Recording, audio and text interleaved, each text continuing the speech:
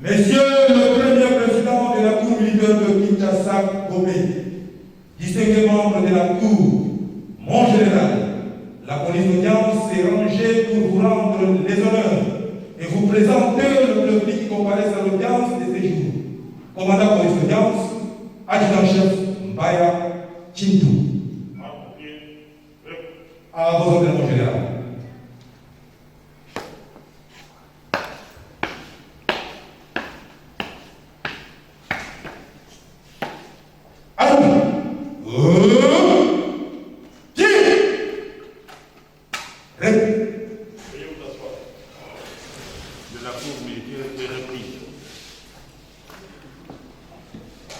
Greffier, vous avez la parole pour la lecture de l'excédent.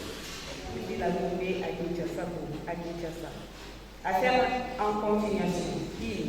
RP numéro 247/21. En cause, auditeur militaire supérieur du ministère public et partie civile, M. Chibanda Kachama, M. Kalongo Chibanda, M. Mouleba Chibanda et Mme Hélène Koulou. Contre commissaire supérieur principal Moubele Samoani Brino, commissaire principal Chombo Onanguelo Monjean, commissaire Rosita Mananga Christin et brigadier Diamassi Fimoko Béni, prévenu de torture ayant entraîné la mort. Fait à Kinshasa le 24 décembre 2021, Soni Guillaume Rogetou, major greffier du siège.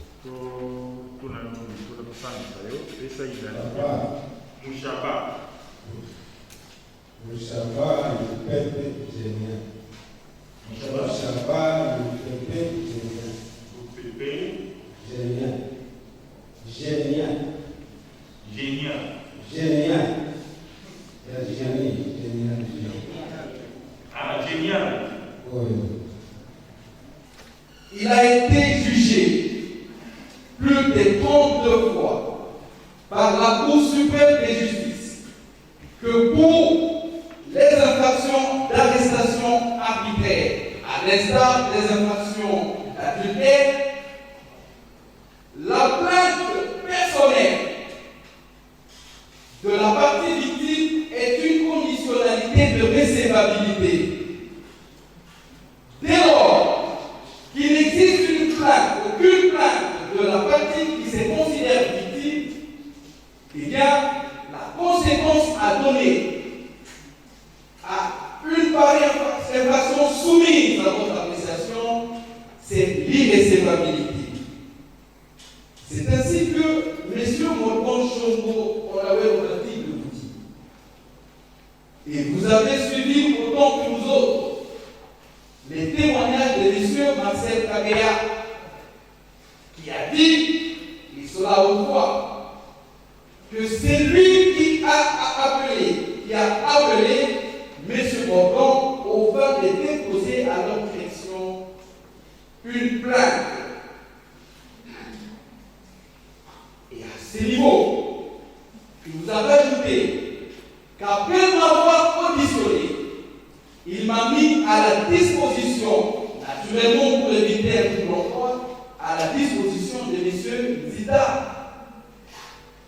Cela veut dire, au-delà de toute juridiction raisonnable, que au moment où M.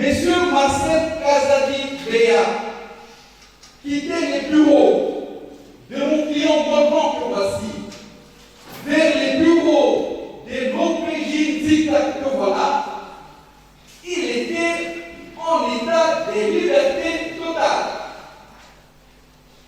Qui pisait, il ne s'est jamais inquiété sur le fait de ce transfert et que si arrestation il y a eu, c'est par la suite, c'est-à-dire éventuellement soit au niveau de l'OPJ ou soit au niveau du parquet. La preuve la plus éloquente du fait que cette arrestation de M.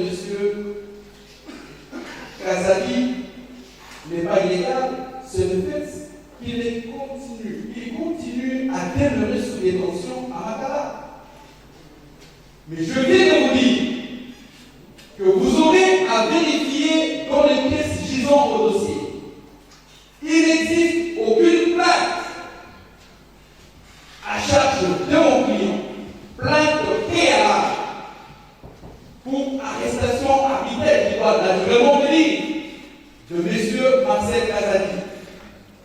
Mais dès lors qu'il n'existe aucune plainte du monde signée par la victime, que reste-t-il encore? C'est de faire application de différentes directives qui nous ont été laissées, les orientations qui nous ont été léguées par la Cour suprême de justice, d'abord, à ces jours, Cour de cassation telle qu'éclatée. Mais disons les mots sur les différents éléments constitutifs. S'il paraît possible, votre auguste juridiction aurait à considérer qu'au-delà de cette fermeture bouclée qui conditionne la recevabilité d'une réaction que par des dépôts préalables d'une plainte, si par miracle procédural, il vous arrivez à considérer que ces faits tels que décrits et présentés par les ministères publics sont fondés, vous allez alors jeter un coup d'œil sur les éléments qui constituent, ce que nous appelons généralement les éléments constitutifs de cette infraction d'arrestation arbitraire. Le premier élément, j'ai déjà épinglé les dispositions de l'article 66 de la loi qui porte Code pénal corporel niveau 2, l'élément légal. Le second l'élément matériel. L'élément matériel, c'est en fait l'arrestation arbitraire. Et l'arrestation arbitraire, le sage Boni Chizungu l'a défini comme une arrestation faite avec menace, une arrestation faite avec violence.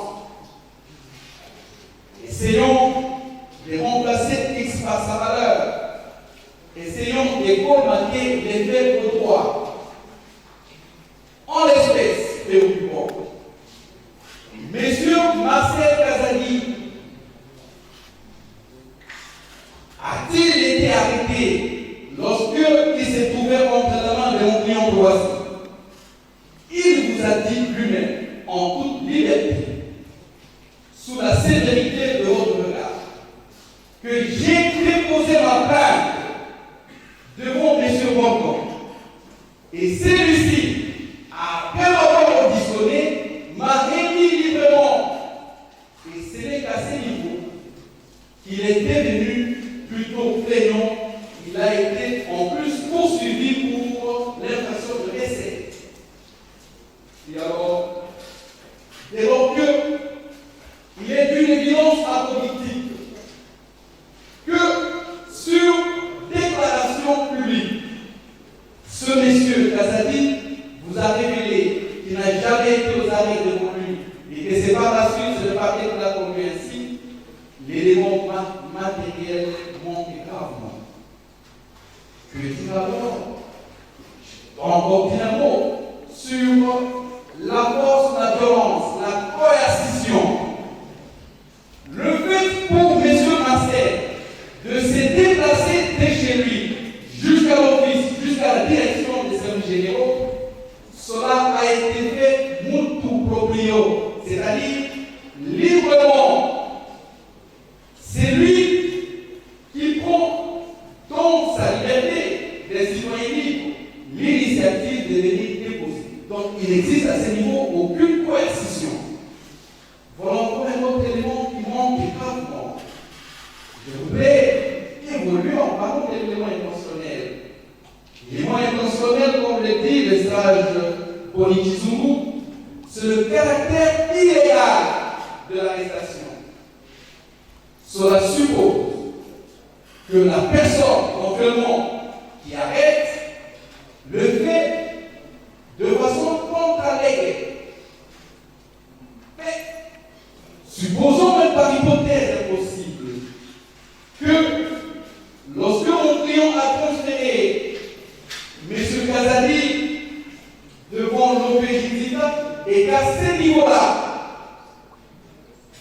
il était considéré comme accusé, comme personne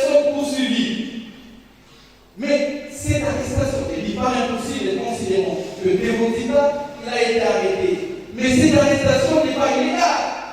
Dès lors que l'infraction de décès existe et elle est cristallisée. La preuve la plus éloquente, Monsieur le Premier Président, c'est que le ministère public continue à le poursuivre, j'ai dit.